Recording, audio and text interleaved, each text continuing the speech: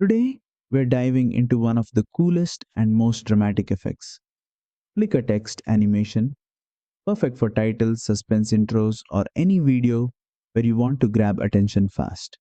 Let's get right into it. First, open your Canva project and add a text box. Type out your title or message, whatever you want to animate.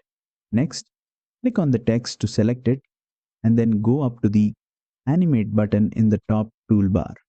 Now, scroll through the animation options and choose flicker. This will give your text that classic glitchy, strobe-like effect.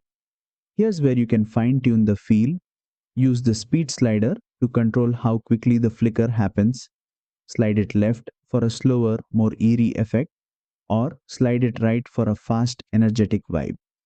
Once you're happy with the look, preview the animation and make any timing adjustments on the timeline. And that's it. You've just added a bold and cinematic flicker effect to your text in Canva. If you found this tutorial helpful, make sure to like, share, and subscribe for more Canva tips and tricks.